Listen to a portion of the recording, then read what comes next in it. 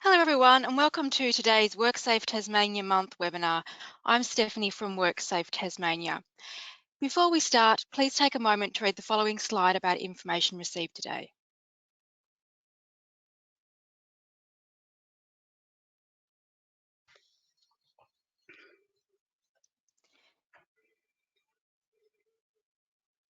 To interact in today's webinar, please use your control panel to type and submit questions for today's webinar presentation. Questions will be answered at the end of today's webinar. Today's webinar is also being recorded and webcams are only being used by the presenter and the moderator. It is now my pleasure to introduce today's presenter, Bill Fitzgerald. Bill has nearly 50 years experience dealing with unfair dismissals and bullying harassment in regard to policy development, advice and representation in tribunals. Welcome, Bill. Thanks very much, Stephanie, for that introduction. I really appreciate the opportunity to present on this very important topic. I had the pleasure of attending one on cancer prevention in the workplace yesterday. I'm a very keen volunteer at the Cancer Council of Tasmania as well, so it was nice to have that juxtaposition of the two. Yeah, look, 50 years sounds like a long time, but I've only partially retired, and I very much enjoy being a free agent. I have normally acted for employers, particularly in the resources sector, for the last 25 years or so. But in recent times, I've been acting for employees as well. So I get both sides of the industrial relations fence. I should, forgive me for this sort of the crassness of this example, but I think it was one which has stuck with me for many years. But it was one of my mining clients, I won't say who, many years ago, where they had in place a policy and they had in place contact officers to provide first-line advice and assistance. And we had a supervisor who'd been specifically trained in as a contact officer, so he really knew that, should have known the drill.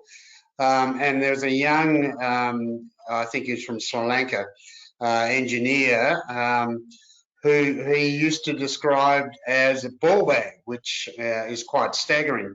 The engineer complained about that and he said, "Why do you call me that?" And the answer came back rather glibly, "Oh, because you look like one." Following that, and the persistence, race and sexual harassment continued to such an extent that the advice to my member at that point was that because he has a higher duty of care being a contact officer, termination should ensue, which it did. And there was no challenge to that. Now, that's probably one of the worst examples I've had, but in the current environment, we're seeing a lift in standards, particularly in the area of sexual harassment, which we'll look at in a minute. And that's why we've titled this the new bar. If you wouldn't mind, just next slide, please, Stephanie.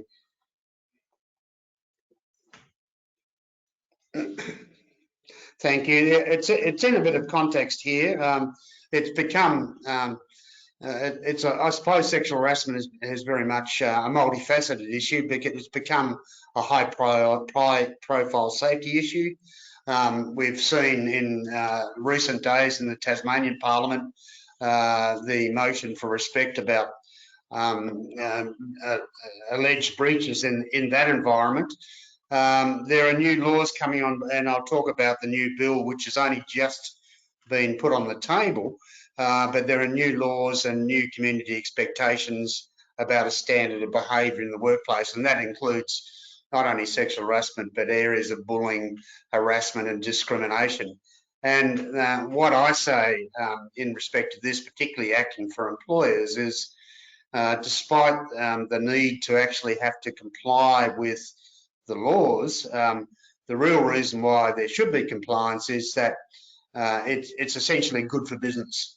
On the reverse side, if you have an environment which is rife with harassment, discrimination, bullying, that's not good for business and will affect obviously the bottom line. So there are good business reasons to have an harassment-free workplace. It's a human issue, of course. The physical and psychological injury created by it has social and economic impacts. One of the emphasis of this whole presentation is that I would urge you certainly to have a look at your policy and revamp it in line with the recent changes which are about to become part of the legislative scene. One of that, apart from rolling out new policies, there is, I think, the most effective, or the need is for a most effective reporting and complaints handling procedures. I've recently dealt with a whistleblower's complaint at one of the sites in Tasmania, and that whistleblower policy, which is a legal requirement for many companies now, dovetails with the need to have policies in place as well. If you wouldn't mind moving on, please, Stephanie. Sorry, my IT skills have failed me again. Thank you. Now, the Respect at Work bill has only, in a matter of the last couple of weeks, has just got on the table, and you probably recall the Kate Jenkins, comprehensive report into this topic. The previous government adopted most of the recommendations, apart from two key areas, and particularly in respect to a positive duty of care. So, as you can see, the definition comes around a hostile work environment. It's got to be unlawful, in other words, against the law, to engage in conduct that subjects another person to an environment that is hostile on the ground of sex. And I'll talk about that a little bit more in a moment. There is a new provision which is going to introduce a positive duty on all employers, a PCBU, a person conducting a business, to take reasonable and proportionate measures to eliminate unlawful sex discrimination, including sex harassment, as far as possible. Some of the devil is in the detail here, but the key changes are that the positive duty of care has to be commensurate, I suppose, with the size and nature of the business. Obviously, larger, more resourced, better resourced companies will have a higher duty of care to create that positive duty and taking proportionate and reasonable steps to actually implement that. So with those changes imminent, obviously it has to go through the legislative process of the Senate and the like. My suggestion would be that there be an immediate attention to this issue and some polishing up of policies and an examination of risks, etc. There are a couple of other changes which are part of this. The conduct now is no longer required to be seriously demeaning, which is the current test, but now that'll make it easier for applicants to prove claims. So it's less onerous for the applicants to make those claims. The Human Rights Commission will have quite a role in enforcing the positive duty, including things like guidelines and education, etc. So it'll be that sort of body, pretty much like WorkSafe Tasmania, which is providing advice and guidelines rather than necessarily a compliance body. But both organisations can do both.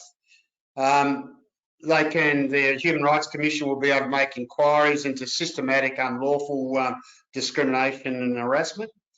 There will be a provision for unions to be able to make applications collectively, so effectively a class action type approach.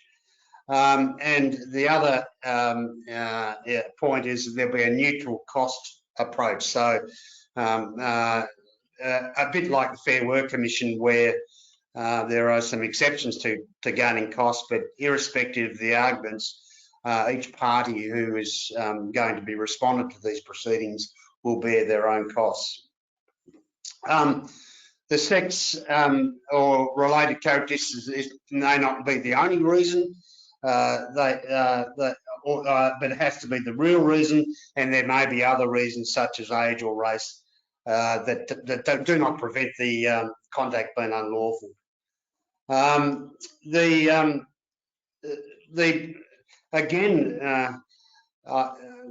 a legal background, I hate this word reasonable, but the approach on the positive duty is that it requires an organisation to take reasonable and proportionate steps to eliminate as far as possible sexual harassment. And as I said, that will depend on the size of the organisation, the sophistication of the organisation, etc. But I would have thought that most large sophisticated organisations would like areas like social media policies, which I think is now a requirement. Whistleblower policies is now a requirement for many companies. I think it's a given that these policies will have to be in place. So the positive duty, I think, requires organisations to identify and understand potential areas. So it's a risk assessment approach, I suppose, just like any other risk assessment approach. Develop a strategy for meeting and maintaining compliance. Have a prevention plan, and I think also review compliance from time to time and have that measure in place to be able to do that.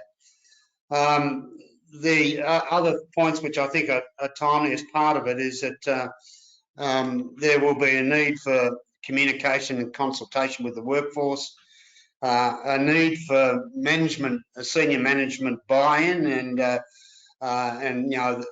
process of them walking the talk. So I think the training in this area will need to come both at the senior level, but also at the supervisory level. There's been this concept of what a bystander policy, which means that if anyone is witnessing harassment of this kind, there is a positive duty to actually report that.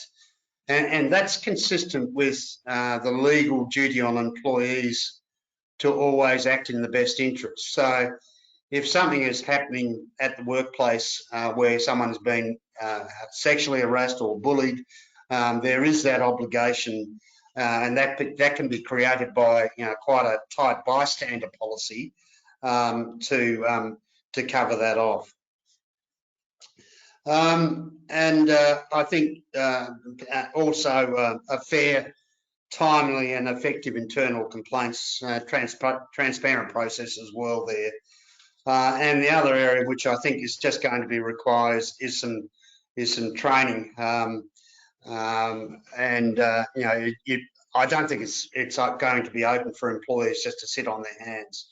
There will need to be some training at various levels, whether that be at the site level, such as a toolbox meeting, or whether that be throughout the organisation. And I think the best approach here is to have uniform training to everyone in the organisation from the board level down, so there is that common message.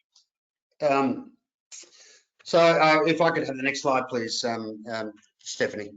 I think I'm going all right for time at this stage. Probably another 10 minutes before I shut off. There are obviously adverse effects for employers. It's like any other physical environment which WorkSafe Tasmania gets involved in. It does create an unsafe environment psychologically. There's risk of legal sanction, and some of these other areas where there's it may be harder to actually assess the actual cost, but there can be diminished morale and productivity, increased absenteeism and turnover, and all the costs associated with that. There's a lot of emphasis these days on the reputation of the employer, so it's not necessarily about employers choosing employees when they choose to recruit, but it can be the other way around these days. And if you're an employer of choice and you have a workplace which is free of harassment and has a positive approach to handling these matters, then clearly you're going to be more likely an employer of choice.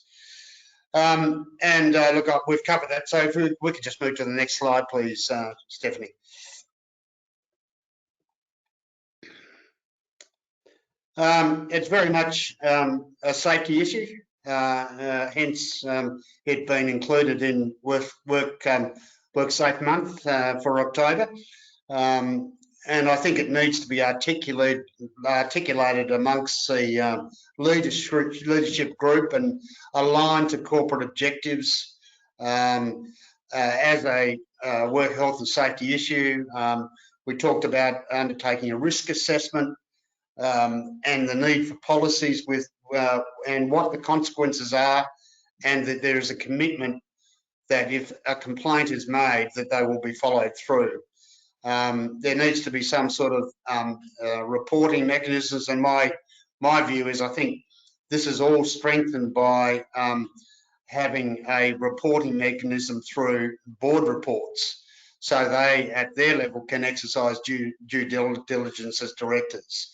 So it's not just a workplace issue, but there is an oversight, if you like, at the higher level.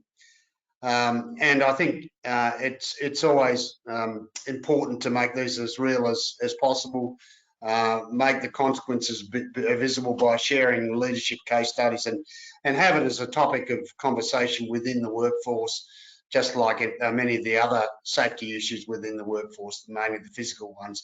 If I could move on, please, Stephanie.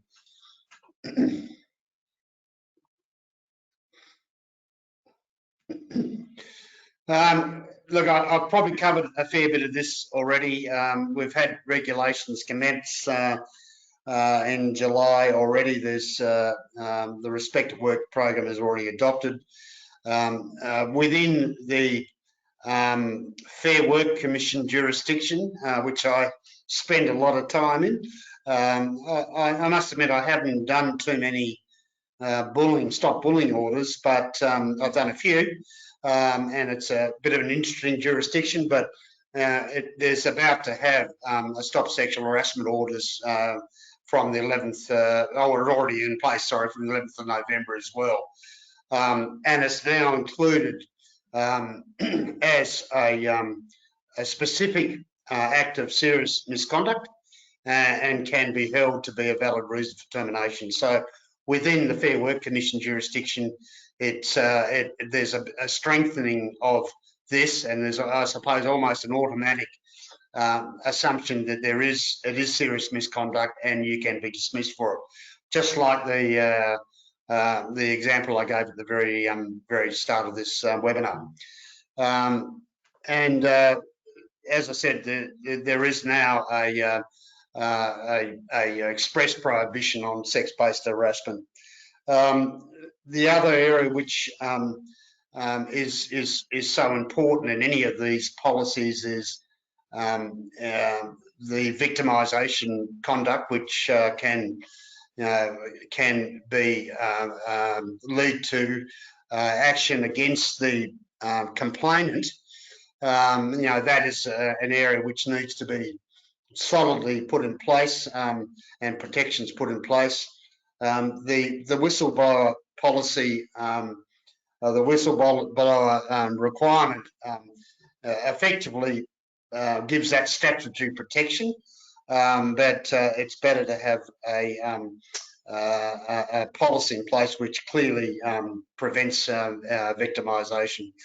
And there can also be accessorial liability for simply being aware of and or adding to the environment. So it is quite a change environment. If I could move to the next slide, please, Stephanie. I'm just looking at the time, and I think I'm pretty much there. I think within the policy revamp and training, there needs to be some given statements, express statements that sexual misconduct is unlawful, it's against the law and is unacceptable to this organisation. Another given is that it applies from the board. Sorry, there's a couple of typos there, but it applies particularly to leaders. I think if you can within your discussion forums within organisations, give some clear contemporary examples. And maybe the one I gave at the start was a bit graphic, but it does well and truly display what the company will do when it discovers such action. I think it's important that within the workforce that we acknowledge there is a gender or power imbalance, and that sometimes drives misconduct. But it's not just about males harassing women. Clearly, it's not that classic. It can apply across the board. And provide some information regarding reporting and support structures. In terms of complaints, there needs to be an objective assessment of complaints and avoid preconceived notions of guilt or innocence, and prioritise the well-being of a complainant. And many organisations have free to employees employee assistance programs, and that should be highlighted as part of the process. That if they have been psychologically affected by this, that the company does provide free services to assist there. And I think, as I said, the no victimisation one is very much a given and must be part of the policy. If I could move on, please, Stephanie. Look, there's probably some repetition here, so I probably won't go through it, but I think it's important to provide the scenarios, because I think the change in this area is it's not whether the perpetrator thinks it's harassment or not, it's the impact on the employee and their perception, which is the important thing. If we can just move on again, we're nearly to the final slide. I think doing okay for time, please. As I said, I think it's important to concentrate on that supervisory level. They are the people at the coalface, so I can use that term.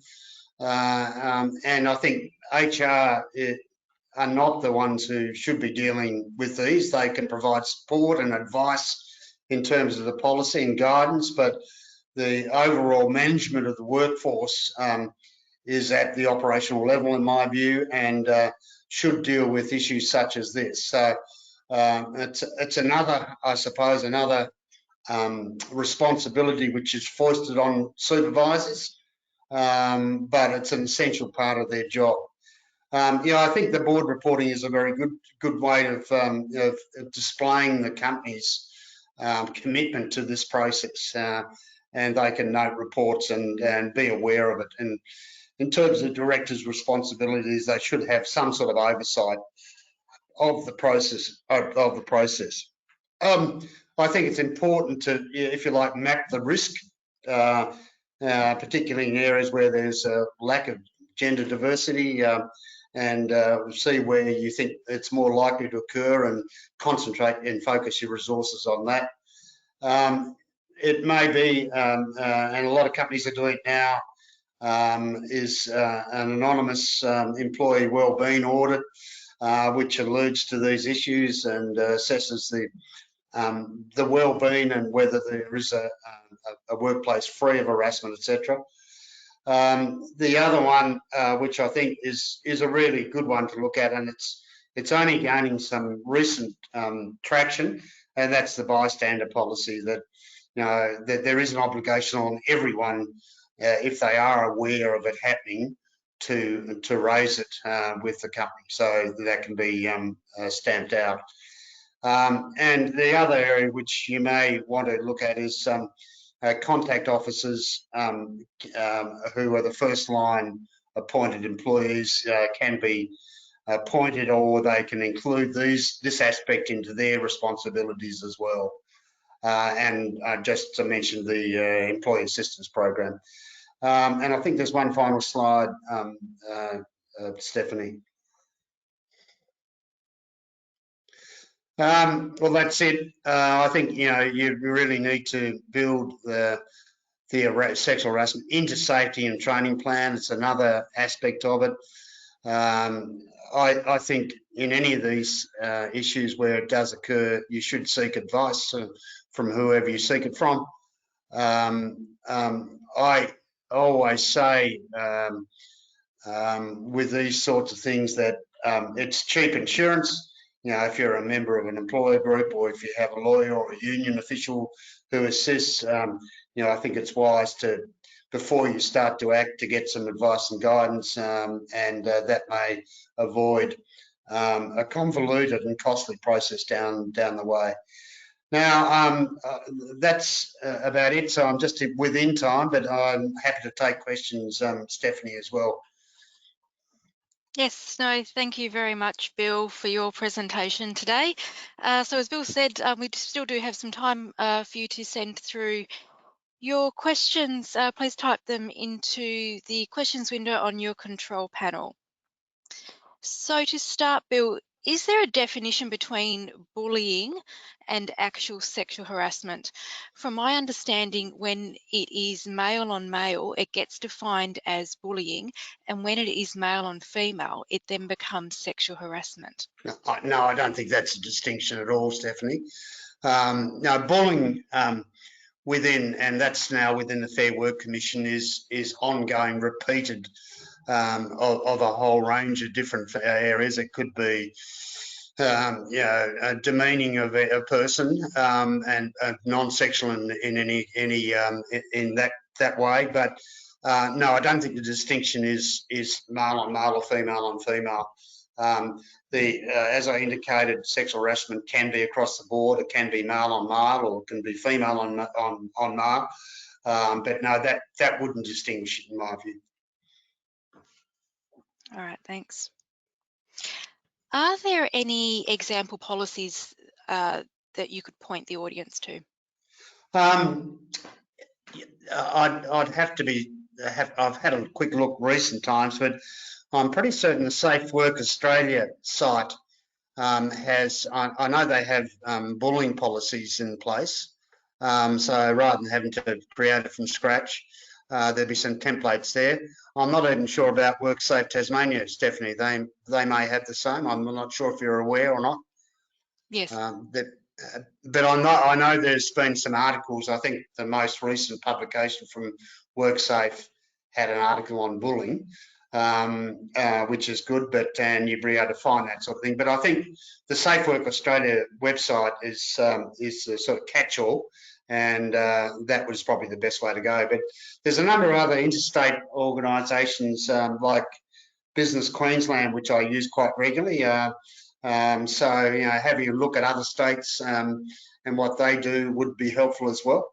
But I think down the track, what will happen with the new bill on the table, and the role of the Australian Human Rights Commission being in education, you'll eventually see template policies up on their website, which you can just adopt, and rather than having to pay a lot of money to hire a lawyer to put them in place. It's not rocket science there, or I think there are fundamentals there which can be included, you know, like the reporting mechanism, the no victimisation, etc. But yeah, look, I think a simple search in those sites will be able to help you. Thanks, Bill. You spoke about training. How often should training occur? I suppose it depends on the type of it. I think particularly with this new bar in this area, there there needs to be, I think, a revamp of policy and then a rollout of that policy, embracing the new positive duty of care and training across the board. In terms of regular training for, and particularly at the supervisory level, I suppose it depends on the turnover of supervisors, but you know, the training I do in some of the organisations would be probably every 12 months or so to catch the turnover of supervisors. But I think it's important that informal training be included here as well. So the toolbox meeting, which includes all the physical risks, etc., can include this as well. Can include bullying, can include discrimination, any of those aspects. But and it should be not a standing item on a toolbox meeting, but a regular item. So effectively, that's informal training as well. Thank you, Thanks. Stephanie. Thanks. Is there a template for training plans? I haven't seen one. There's probably a bit of work to be created now, Stephanie. I think particularly now with this, with the new requirements imminent. Look, I think that there'll need to be some time spent to work up these training plans. Thanks. What is the difference between sex-based harassment and sexual harassment? Sexual harassment is defined within the Act as acts not only physical but also the spoken word. Sex-based harassment generally is one where it applies to recruitment scenarios where a male is preferred against a female or whatever it may be. But sexual harassment it can include things like sexual assault, can include lewd comments, demeaning comments and the like of a sexual nature. So there is a distinction there. Thanks, Bill. What would a report to the executive look like? Are there key elements and metrics that you would consider essential? Look, I think you'd probably have to have a description of, well, firstly, I think the reporting template would have to cover off the requirements of the new bill in terms of a positive duty within the workplace, and it would include any reported, I'm just thinking aloud here, any reported claims or applications against the company, and would include, I think also, how those matters were resolved one way or another. Thanks. Can you share some thoughts on the whistleblower and external hotline numbers? Are they effective? Should they be linked to external investigations as well? I